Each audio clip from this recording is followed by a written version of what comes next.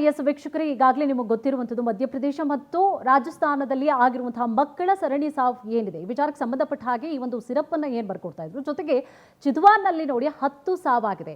ಈ ವಿಚಾರ ಸಂಬಂಧವಾಗಿ ವೈದ್ಯನನ್ನ ಕೂಡ ಅರೆಸ್ಟ್ ಮಾಡಲಾಗಿರುವಂತಹ ವಿಚಾರಗಳು ಕೂಡ ಈಗಾಗಲೇ ಬೆಳಕಿಗೆ ಬರ್ತಾ ಇದೆ. ಜೊತೆಗೆ ಯಾರು ಮೆಡಿಸಿನ್ ಅನ್ನ ಅಥವಾ ಸಿರಪ್ ಅನ್ನ ಯಾರು ಬರೆದು ಕೊಡ್ತಾ ಇದ್ರು ಡಾಕ್ಟರ್ ಅವರನ್ನು ಕೂಡ ಅರೆಸ್ಟ್ ಮಾಡಲಾಗಿರುವಂಥದ್ದು. ವೈದ್ಯನ ಪಾತ್ರ ಏನಿದೆ ಹಾಗಾದ್ರೆ ಅನ್ನುವಂತಹ ವಿಚಾರ ಸಂಬಂಧವಾಗಿ ಬಹಳಷ್ಟು ಈಗಾಗಲೇ ಚರ್ಚೆಗೂ ಕೂಡ ಗ್ರಾಸವಾಗ್ತಾ ಇರುವಂಥದ್ದು. ಇದೇ ವಿಚಾರ ಸಂಬಂಧವಾಗಿ ನಾನು ಮಾತನಾಡ್ತಾ ಹೋಗ್ತೇನೆ. ಡಾಕ್ಟರ್, ಈಗ ಬಹಳಷ್ಟು ಈಗ ಸಿರಪ್ಗಳನ್ನು ಕೂಡ ಡಾಕ್ಟರ್ ಬರೆದು ಕೊಡ್ತಾ ಇರ್ತಾರೆ.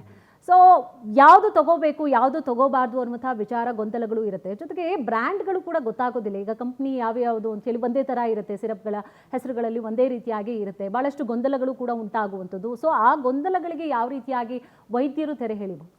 ಈಗ ಏನಂತಂದರೆ ಯಾವುದೇ ಒಂದು ಡಿಸೀಸ್ ಇರಲಿ, ಯಾವುದೋ ಒಂದು ಇಲ್ನೆಸ್ ಇರಲಿ, ಕೆಮ್ಮಿಗೆ ಟ್ರೀಟ್ಮೆಂಟ್ ಕೊಡಬೇಕಂತ ವೈದ್ಯ ಒಂದು ಸಿರಪ್ ಕೊಡ್ತಾರೆ. ಆ ಸಿರಪ್ಪಲ್ಲಿ ಏನು ಇರಬೇಕು ಅಂತ ಹೇಳಿಬಿಟ್ಟು ಏನಿದೆ ಅಂಥೇಳಿ ಅದು ಸಿರಪ್ಪಲ್ಲಿ ಬರೆದಿರ್ತಾರೆ ಎಷ್ಟು ಕಂಟೆಂಟ್ ಇರುತ್ತೆ ಏನಂತ. ಅದರದ್ದು ತೂಕ ಪ್ರಕಾರ ನಾವು ಏನದೆ ಮಕ್ಕಳಿಗೆ ಇಷ್ಟು ತೂಕಕ್ಕೆ ಇಷ್ಟು ಕೊಡಬೇಕು ಅಂತ ಕೊಡ್ತೀವಿ. ಬಟ್ ಆ ಕಂಟೆಂಟ್ ಬಿಟ್ಟು ಬೇರೆ ಏನಾದರೂ ಇದೆನಾ ಅಂತ ಒಂದು ವಿಷಯ ನೋಡ್ಕೋಬೇಕಾಗಿರೋದು.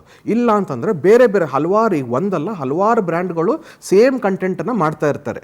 ಯಾಕಂದರೆ ಈಗ ಭಾಳ ಸಲ ನೋಡ್ತೀರ, ಎಲ್ಲರೂ ನೀವು ಡಾಕ್ಟರ್ ಕಡೆ ತೋರಿಸ್ತೀರಾ, ಪ್ರಿಸ್ಕ್ರಿಪ್ಷನಲ್ಲಿ ಅವ್ರು ಹೇಳ್ತಾರೆ ಇದು ಸಿರಪ್ ಇಲ್ಲ, ನಮ್ಮ ಕಡೆ ಬೇರೆ ಸಿರಪ್ ಇದೆ, ಈ ಬ್ರ್ಯಾಂಡಿಂದಿಲ್ಲ ಬೇರೆ ಬ್ರ್ಯಾಂಡ್ ಇದೆ ಅಂತ ಹೇಳ್ತಾರೆ.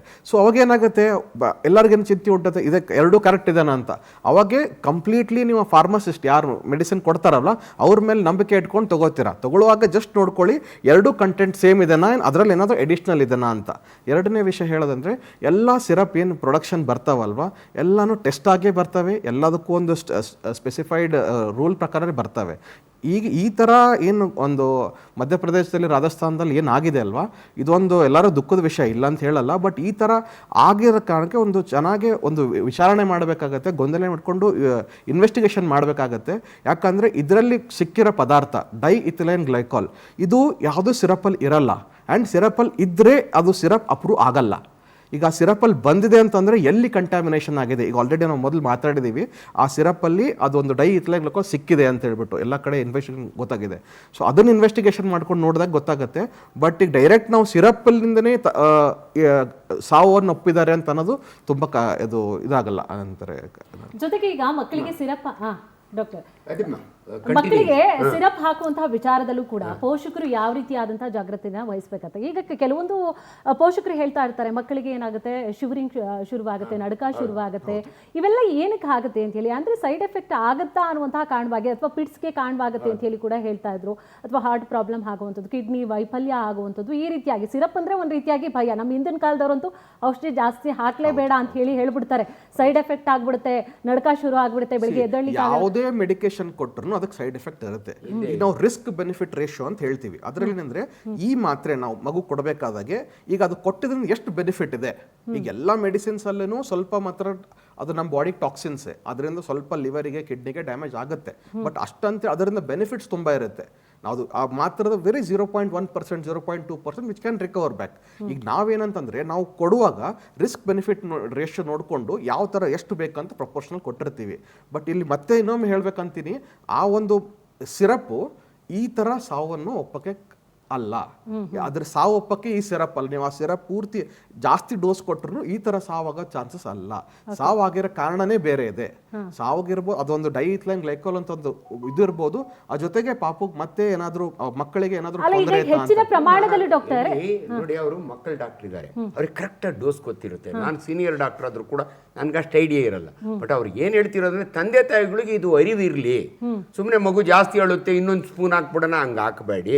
ಅಂಡ್ ಇಲ್ಲಮ್ಮ ಬಹಳ ಸ್ಪೆಸಿಫಿಕ್ ಇಶ್ಯೂ. ಈ DEG ಬಗ್ಗೆ ಪವನ್ ಮಾತಾಡಿದ್ರು, ಇವರು ಮಾತಾಡ್ತಾರೆ.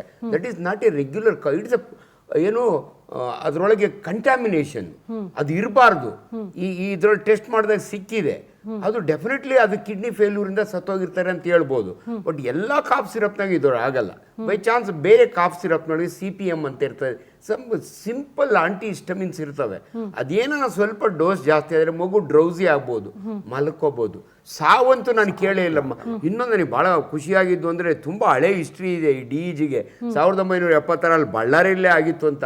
ಹಾಗೆಲ್ಲ ಸುದ್ದಿ ಆಗ್ತಿರಲ್ಲ. ಇವತ್ತು ಮಾಧ್ಯಮ ಹೆಂಗಿದ್ದೀರಾ ಅಂದರೆ ನೀವು ಅಂದರೆ ಇಡೀ ಪ್ರಪಂಚಕ್ಕೆ ಮುಟ್ಟಿಸ್ಬಿಡ್ತೀರಾ ಸುದ್ದಿನ.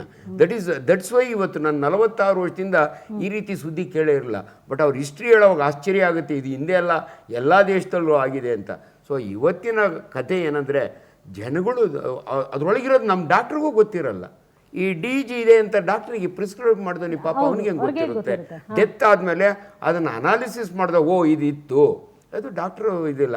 ಎನಿವೆ ಆ ಡಾಕ್ಟ್ರನ್ನ ಅರೆಸ್ಟ್ ಮಾಡಿರೋದೇ ಎನ್ಕ್ವೈರಿ ಮಾಡ್ತಾರೆ, ಅದೇನು ತಪ್ಪೇನಿಲ್ಲ.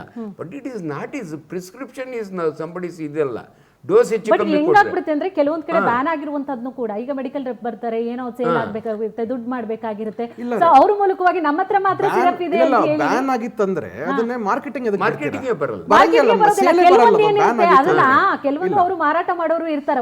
ಅದು ಮಾರಾಟ ಬರಂಗಿಲ್ಲ. ಅದು ಒಂದ್ಸಲ ಬ್ಯಾನ್ ಆದ ಗೌರ್ಮೆಂಟ್ ಕಡೆ ಬ್ಯಾನ್ ಆದ್ರೆ ಫಾರ್ಮಸಿಸ್ಟು ಮಾರಂಗಿಲ್ಲ, ಅವ್ರ MR ಗಳು ಮಾತ್ರ ಯಾರು ಮಾರಂಗಿಲ್ಲ ಅದನ್ನ. ಬಟ್ ಒಂದೇ ಒಂದು ಟೆಕ್ನಿಕಲ್ ಪ್ರಾಬ್ಲಮ್ ಅಂದ್ರೆ ಕೆಲವು ಕಂಪನಿಗಳು ಇದಾವೆ ನಾಟ್ ವೆಲ್ ರೆಕಗ್ನೈಸ್ಡ್, ಡೈರೆಕ್ಟ್ ಆಗಿ ಅವ್ರು ಫಾರ್ಮಸಿಗೆ ಹೋಗಲ್ಲ, ನರ್ಸಿಂಗ್ ಹೋಮ್ಗಳು ಕ್ಲಿನಿಕ್ಗಳಿಗೆ ಅವ್ರದೇ ಪರ್ಟಿಕ್ಯುಲರ್ ಕೆಲವೊಂದ್ ಕಡೆ ಸಿಗೋದು ಇಲ್ಲ ಸರ್, ಅದು ಕೆಲವೊಂದ್ ಕಡೆ ಸಿಗೋದು ಇಲ್ಲ.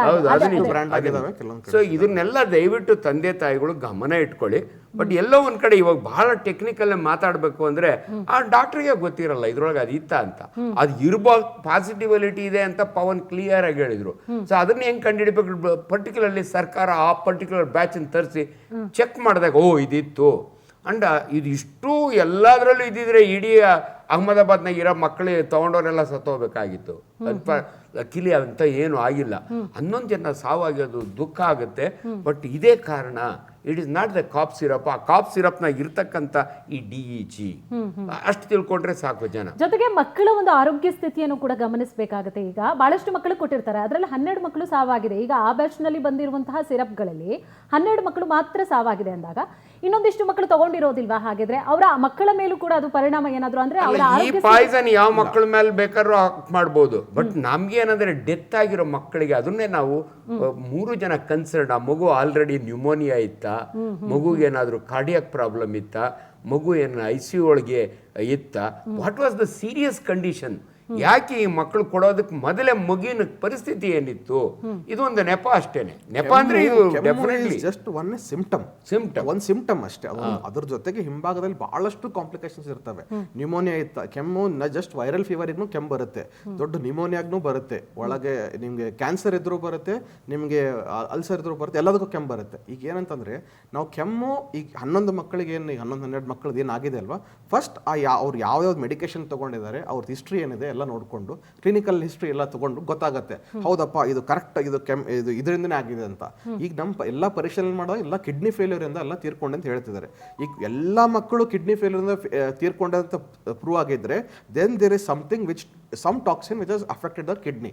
ಈಗ ಟೆಸ್ಟ್ ಮಾಡಿದಾಗ ಸಿರಪ್ ಟೆಸ್ಟ್ ಮಾಡಿದಾಗ ಆ ಬ್ಯಾಚ್ ಅಲ್ಲಿ ನಮ್ಗೆ ಡೈಇಥಿಲೈನ್ ಗ್ಲೈಕೋಲ್ ಸಿಕ್ಕಿದೆ. ಮೊದಲೇ ಗೊತ್ತಾಗಲ್ವಾ ಈ ಬ್ಯಾಚ್ ಅದು ಪ್ರೊಡಕ್ಷನ್ ಅಲ್ಲಿ ಯಾವ್ದು ನಮಗೆ ಗೊತ್ತಾಗಲ್ಲ. ನಮಗೆ ಪ್ರೊಡಕ್ಷನ್ ಅಲ್ಲಿ ಹೆಂಗಿರುತ್ತೆ, ಬ್ರ್ಯಾಂಡ್ ಅಲ್ಲಿ ಈಗ ನೋಡಿ ಯಾವ್ದೋ ವೆಜಿಟೇರಿಯನ್ ಒಂದು ಕಿರಾಣಿಯಲ್ಲಿ ಹೋಗ್ತೀರಾ, ಅದೊಂದು ಗ್ರಾಸರಿ ಶಾಪ್ ಅಲ್ಲಿ ತಗೋತೀರಾ, ಒಂದು ಬ್ಯಾಚ್ ಯಾವ್ದೋ ಡಿಫೆಕ್ಟಿವ್ ಇರುತ್ತೆ, ನಿಮ್ಗೆ ಗೊತ್ತಾಗಲ್ಲ. ಈಗ ಒಳ್ಳೆ ಬೇಳೆ ಕೆಟ್ಟದ ಬೇಳೆ ಅಂತ 2 ಬೇಳೆನೇ ಕಾಣ್ತದೆ ನಿಮಗೆ. ಆ ತರ ಇದರಲ್ಲಿ ಪ್ರೊಡಕ್ಷನ್ ಮಾಡುವಾಗ ಕ್ವಾಲಿಟಿ ಕಂಟ್ರೋಲ್ ಅಂತ ಇರುತ್ತೆ, ಕ್ಯೂಸಿ ಚೆಕ್ ಮಾಡಬೇಕು, ಎವ್ರಿ ಬ್ಯಾಚ್ ಚೆಕ್ ಮಾಡಬೇಕು ಅಂತ.